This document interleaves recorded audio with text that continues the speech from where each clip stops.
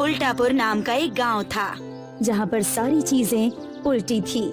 घर उल्टे और तो और लोगों के काम करने का तरीका भी उल्टा।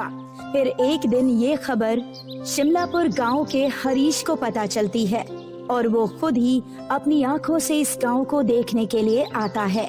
वो देखकर कहता है, अरे ये क्या, यहाँ तो जैसा सुना था वैसे ही सारी चीजें उल्टी हैं। घर से लेकर कुएं सब उल्टे हैं, पर ये सब संभव कैसे है? हरीश गांव में जाता है और उस एक आदमी से मिलता है जो अपनी साइकिल उल्टी चला रहा होता है और हरीश उससे पूछता है, सुनिए, क्या आप मुझे बता सकते हैं कि यहाँ सब उल्टा क्यों है और आप ये साइकिल उल्टी क्यों चला रहे हैं? मुझे ये तो नहीं पता, पर जब से मैं इस गांव में हूँ तब से सब ऐसा ही चल रहा है। पर तुम ये बात गांव के मुखिया से पूछ सकते हो, उन्हें जरूर कुछ पता होगा। और वो मुझे कहाँ मिलेंगे? गांव में एक बहुत बड़ा पेड़ मिलेगा जो कि गांव में अकेला सीधा पेड़ है। आपका बहुत बहुत शुक्रिया।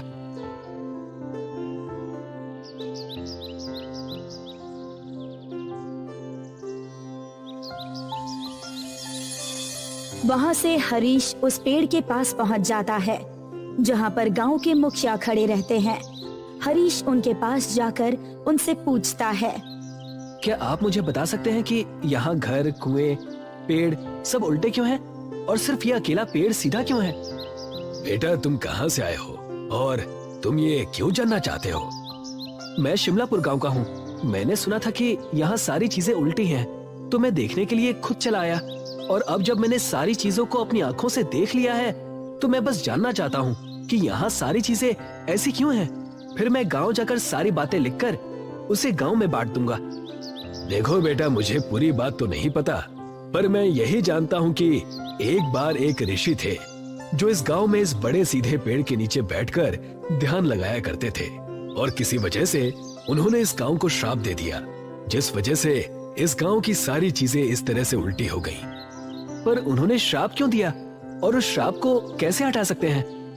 बेटा, ये तो मुझे भी नहीं पता, पर अगर तुम्हें जानना है तो तुम गांव के पुस्तकालय में जाकर खोजबीन कर सकते हो। शायद तुम्हें वहाँ कुछ मिल जाए। आपका बहुत बहुत धन्यवाद। वहाँ से हरीश गांव के पुस्तकालय में जाता है।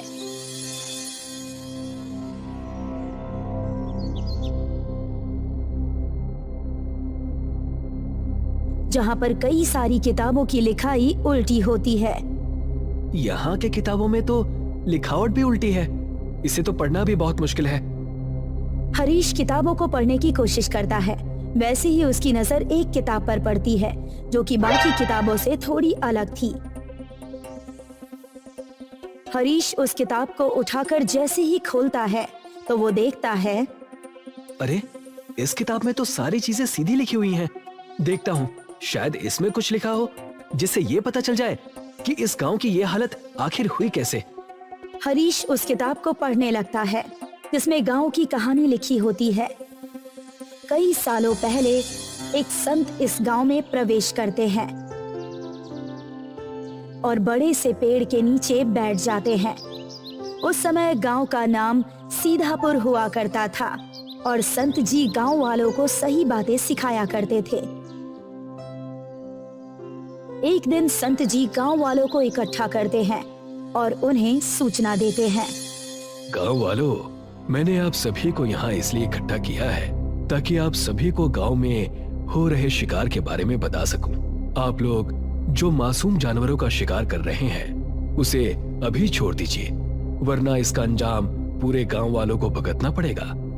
ये बात सुनकर कुछ लोग आपस में कहते हैं, इस संत को यहाँ आए हुए कुछ ही दिन हुए और ये हम पर अपना राज चलाना चाहता है।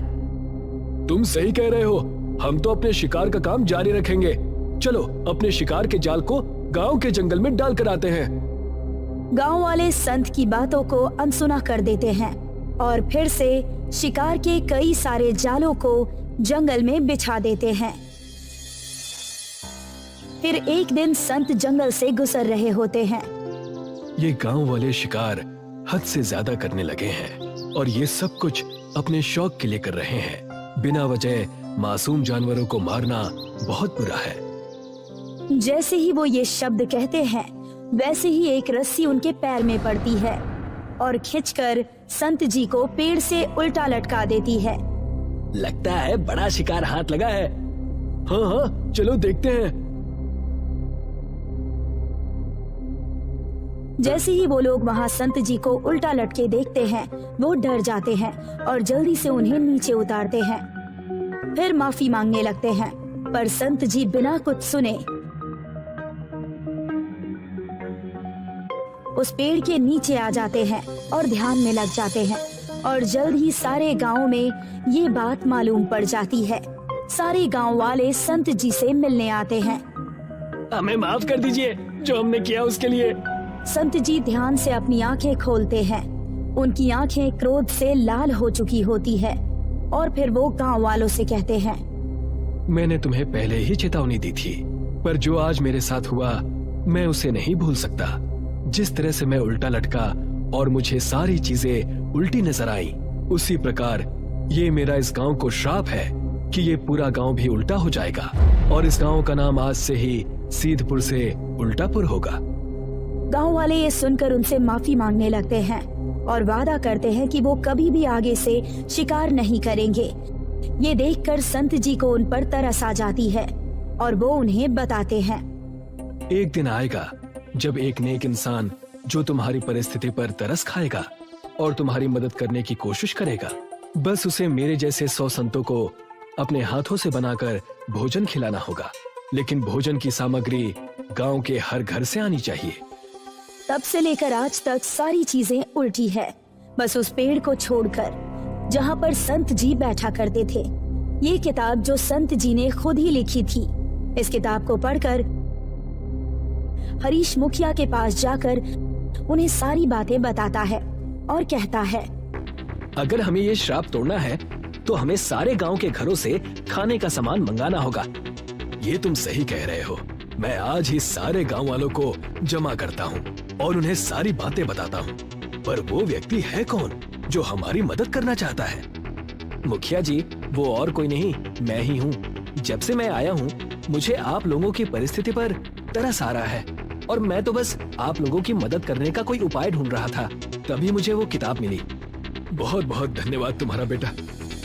मुखिया सारे गांव वालों को जमा करता है और सारी बातें विस्तार से बताता है और फिर गांव वाले कहते हैं, हम सारी चीजें करने को तैयार हैं। हमें इस श्राप से मुक्त होना है हरीश, तुम बस खाना बनाना। हम सभी गांव वाले गांव के सभी घरों से तुम्हें खाने का सामान लाकर देंगे। जी ठीक है, तो मैं 100 संतों के लिए खुद खाना बनाऊंगा और इस गांव को इस उल्टे होने के श्राप से मुक्त कराऊंगा। गांव के हर एक घर से कुछ न कुछ सामान आता है और सबको जमा करके हरीश संतों के लिए खाना बनाता है। अगले दिन गांव वाले 100 संतों को बुलाते हैं भोजन के लिए। खाना खाने के बाद उनमें से एक संत मुखिया जी से पूछते हैं, क्या हुआ मुखिया, अचानक से हम सभी के लिए ये दावत कैसी? कई वर्षों पहले एक संत ने इस गांव को श्राप दिया था कि इस गांव की सारी चीजें उल्टी हो जाएं, चाहे वो घर हो या फिर पेड़ या फिर कुआं।